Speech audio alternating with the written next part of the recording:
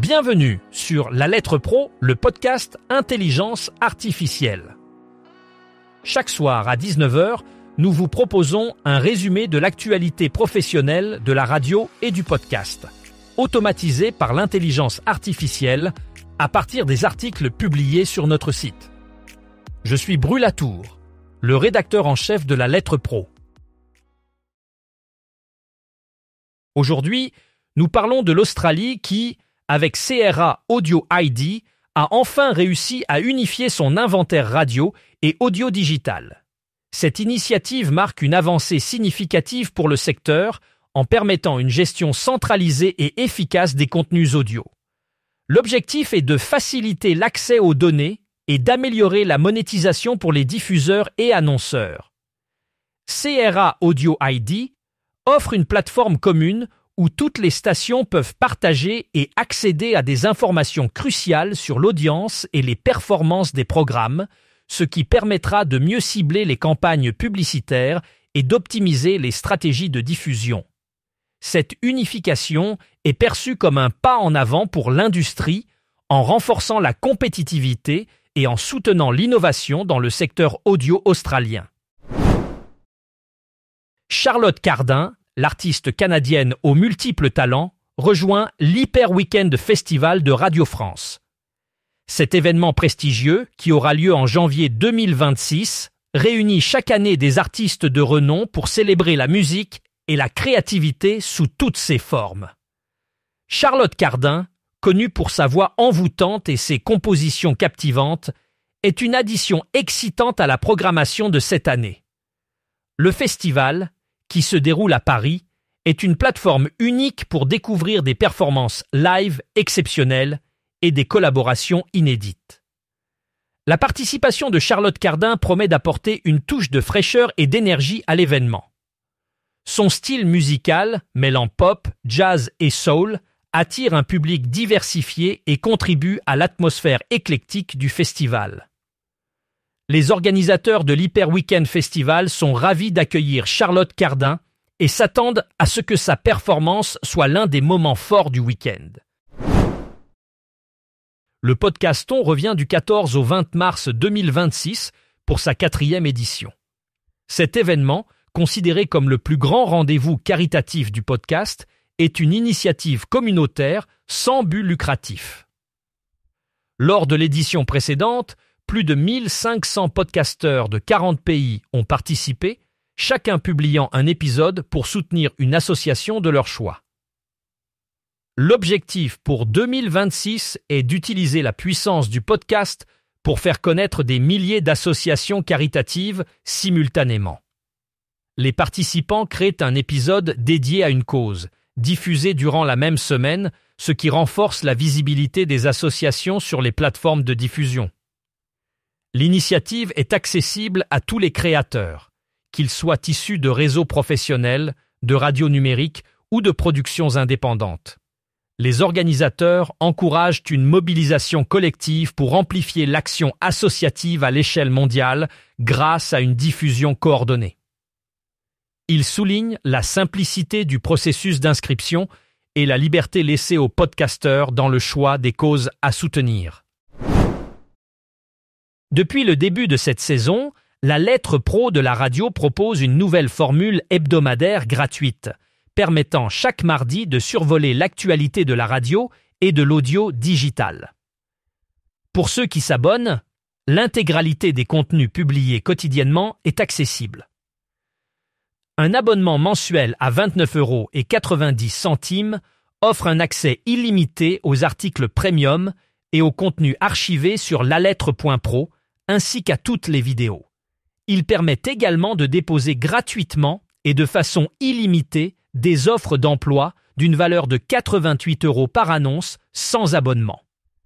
De plus, chaque jour, les abonnés reçoivent la newsletter « Ne partez pas encore », un condensé exclusif de l'actualité du jour, incluant des chiffres, des liens et des offres d'emploi essentielles pour quiconque travaille dans le secteur de la radio et de l'audio digital.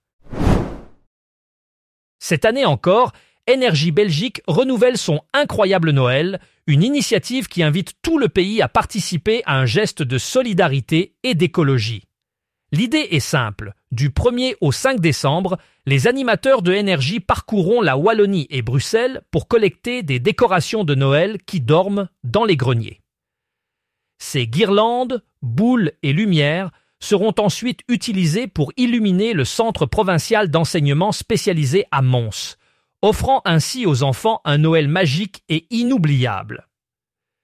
Cette démarche, qui en est à sa 3e édition, a déjà apporté de la joie aux enfants de centre à Houtin-le-Val et Ottigny.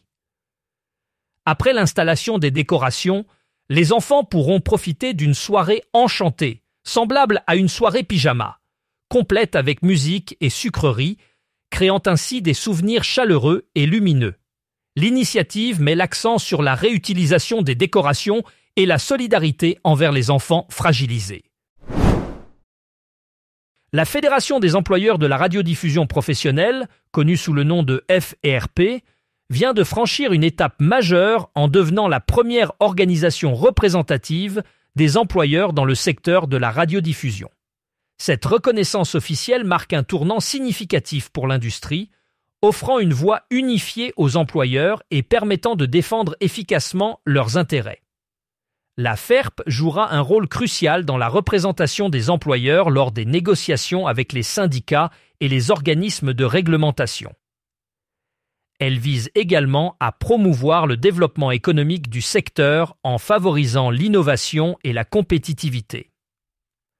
En outre, la FERP s'engage à améliorer les conditions de travail et à soutenir la formation continue des professionnels de la radiodiffusion. Cette initiative est saluée par de nombreux acteurs de l'industrie, car elle renforce la structure organisationnelle du secteur et assure une meilleure coordination entre les différents acteurs impliqués.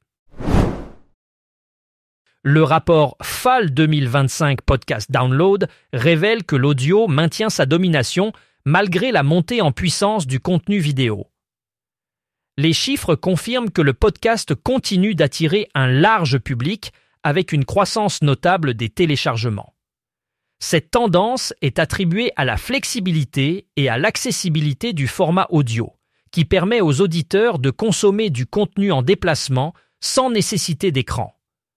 De plus, l'engagement des auditeurs reste élevé, avec une durée d'écoute moyenne qui ne faiblit pas.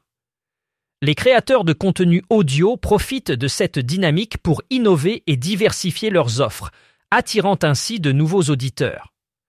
Bien que le contenu vidéo gagne en popularité, notamment sur les plateformes sociales, l'audio conserve un avantage distinct grâce à sa capacité à s'intégrer facilement dans la vie quotidienne des auditeurs.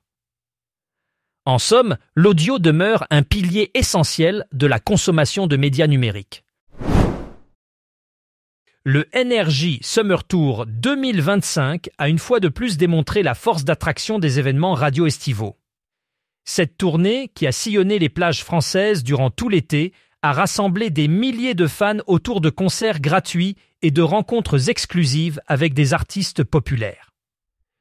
Le succès de cette édition réside non seulement dans la qualité des performances musicales, mais aussi dans l'interaction unique offerte au public, permettant aux auditeurs de vivre une expérience immersive et mémorable. Énergie a su capitaliser sur l'engouement de l'été pour renforcer sa marque et fidéliser son audience, tout en offrant une visibilité accrue aux artistes participants. Les événements radio comme le Energy Summer Tour jouent un rôle crucial dans la promotion de la musique et la création de liens entre les auditeurs et leurs stations préférées, prouvant ainsi que la radio reste un média puissant et engageant. Un nouvel appel à projets a été lancé pour encourager la création de fictions audio innovantes. Cette initiative vise à stimuler la créativité et à promouvoir des formats narratifs originaux dans le domaine de l'audio.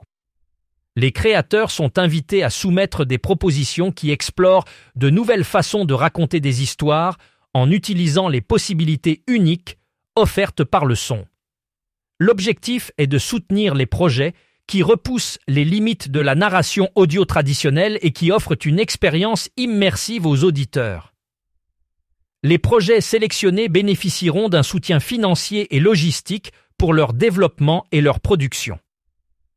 Cet appel à projet s'adresse à tous les créateurs, qu'ils soient indépendants ou affiliés à des structures professionnelles. Il s'agit d'une occasion unique pour les talents émergents et établis de se faire connaître et de contribuer à l'évolution du paysage audio. Pour en savoir plus sur ces sujets, rendez-vous sur le site lalettre.pro. Vous pouvez aussi vous abonner à notre newsletter quotidienne pour rester informé de toutes les actualités de la radio et de l'audio digital. Merci de nous avoir écoutés aujourd'hui. À demain pour un nouvel épisode de La Lettre Pro, le podcast Intelligence Artificielle.